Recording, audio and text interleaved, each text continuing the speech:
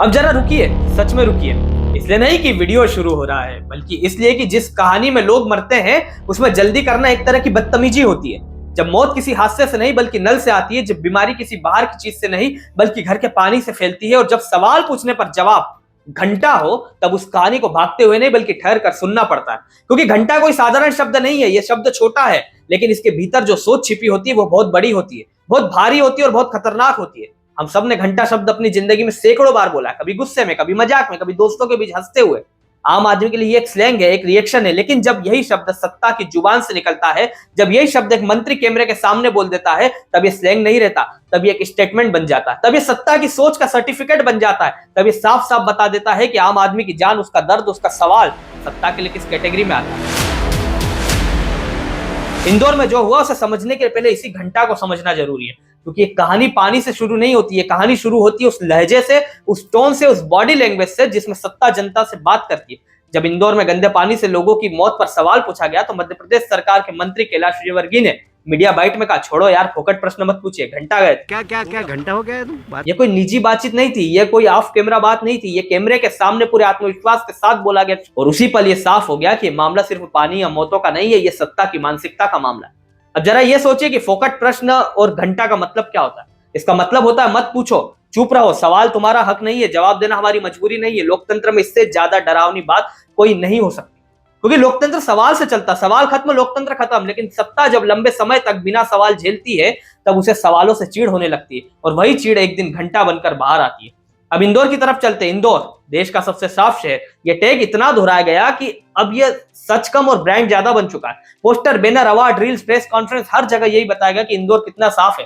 लेकिन इसी शहर के भागीरथपुरा इलाके में लोग 2 साल से ये कह रहे थे कि पानी गंदा है, पानी से बदबू आती है, पानी पीने के बाद बच्चे बीमार पड़ रहे हैं, बुजुर्गों को उल्टी दस्त हो रहे हैं। और ये कोई एक दिन की शिकायत नहीं थी, ये रोज की आवाज थी, ये लगातार उठती हुई चेतावनी थी। लेकिन सिस्टम ने वही किया जो वो अक्सर करता है, उसने नहीं सुना।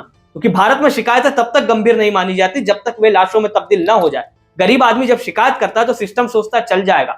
झुग्गिया मजदूर बस्ती से आवाज आती है तो फाइल नीचे दब जाती है, और यही चल जाएगा, धीरे धीरे जहर बन जाता है। यही अनदेखी आगे चलकर मौतों की नींव रखती है। जब जांच हुई तब असलियत सामने आई।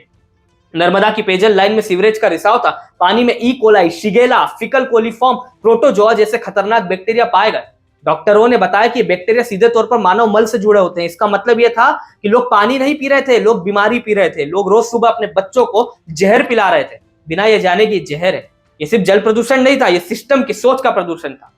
हम यहाँ जरा रुक कर सोचिए, हम बचपन में किताबों में पढ़ते हैं जल प्रदूषण, वायु प्रदूषण, पर्यावरण प्रदूषण, तब ये सब चैप्टर लगता था। लेकिन भागीरथपुरा में चैप्टर जिंदगी बन गया।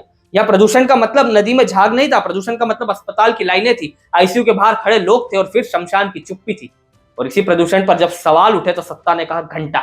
अब इस घंटा पर बार बार लौटना जरूरी है, क्योंकि यही इस कहानी की आत्मा है। घंटा का मतलब सिर्फ बदतमीजी नहीं है, इसका मतलब है जवाबदेही से इनकार, इसका मतलब है संवेदनशीलता से इनकार, इसका मतलब है ये मान लेना कि सत्ता को कुछ भी जवाब नहीं देना है। और जब सत्ता इस मोड में आ जाती है, तभी हर हादसा तकनीकी खराबी बन जाता है, हर मौत दुर्भाग्य बन जाती है, और हर सवाल फोकट। इस प्रदूषण का असर सिर्फ आंकड़ों में नहीं दिखता। 2800 बीमार लोग सिर्फ नंबर नहीं है, 201 अस्पताल में भर्ती लोग सिर्फ आंकड़े नहीं है, 32 आईसीयू के मरीज सिर्फ रिपोर्ट नहीं है, और 15 मौतें सिर्फ न्यूज टिकर नहीं है। ये वो घर है जहां अब पानी से डर लगता है, वो माँ बाप है जो सोचते हैं कि जिस नल को उन्होंने भरोसे से खोला वही उनके बच्चे की बीमारी की वजह बन गया। और इन्हीं लोगों के लिए उठे सवालों को सत्ता ने घंटा कह दिया। अब यहाँ सवाल सिर्फ ये नहीं कि पानी कैसे गंदा हो, ये सवाल बहुत छोटा है। असली सवाल ये कि 2 साल तक शिकायतें क्यों नहीं सुनी गई? क्या सिस्टम को तभी हरकत में आना चाहिए जब लोग मरने लगे? असली सवाल यह है कि जिन जल परियोजनाओं पर करोड़ों अरबों रुपए खर्च किए गए जाने के दावे होते हैं, वे जमीन पर क्यों नहीं दिखती? क्या ये वे सिर्फ उद्घाटन, भाषण और पोस्टर तक सीमित है? और इन सब सवालों से भी बड़ा सवाल यह है कि जब जवाब देने की बारी आई, तब सत्ता की भाषा इतनी कठोर, इतनी असंवेदनशील क्यों थी? अब जवाबदेही की बात करते हैं, क्योंकि यही इस पूरी कहानी का सबसे कमजोर लेकिन सबसे जरूरी हिस्सा है।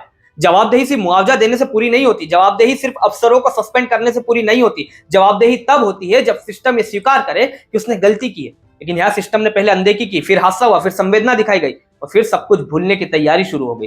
महापौर खुद कहते हैं कि अधिकारी उनकी नहीं सुनते। सोचिए, अगर चुने हुए प्रतिनिधि की नहीं सुनी जा रही तो आम आदमी की कौन सुनेगा? मुख्यमंत्री आते हैं, बैठक करते हैं, जांच कमेटी बनाते हैं, लेकिन सवाल मुख्यमंत्री से भी बनता है। जब 2 साल से लोग शिकायत कर रहे थे तब सरकार कहां थी? क्या शासन का मतलब सिर्फ संकट के बाद दौरा करना होता है? देखिए, सवाल सिर्फ पानी का नहीं है। यहाँ सवाल ये भी नहीं रह जाता कि पाइप कैसे फटी या सीवेज कैसे मिला। यहाँ सवाल ये बन जाता है कि जब 2 साल से लोग बता रहे थे कि कुछ गलत है, तब प्रशासन कहाँ था? सवाल है कि क्या इस देश में किसी गरीब, किसी मजदूर, किसी आम नागरिक की शिकायत तब तक मायने नहीं रखती जब तक वह शिकायत लाशों में तब्दील ना हो जाए। सवाल यह है कि क्या हमारे सिस्टम की संवेदनशीलता का पैमाना सिर्फ मौतों की गिनती है? इसी में नेताओं की बदतमीजी सामने आती है। जब सत्ता को लगता है कि भाषा का कोई मूल्य नहीं बचा, तब घंटा जैसे शब्द निकलते हैं। जब इस बयान पर गुस्सा हुआ, तब कैलाश विजयवर्गीय ने ट्विटर पर माफी दी, कहा कि बयान को गलत समझा गया। लेकिन सवाल यह है कि यह माफी तुरंत क्यों नहीं आई? क्यों यह माफी आलोचना के बाद आई? इसलिए लोगों को यह माफी पश्चाताप नहीं बल्कि डैमेज कंट्रोल लगी। और यहीं पर यह कहानी सिर्फ इंदौर की नहीं रहती, ये पूरे देश की कहानी बन जाती है।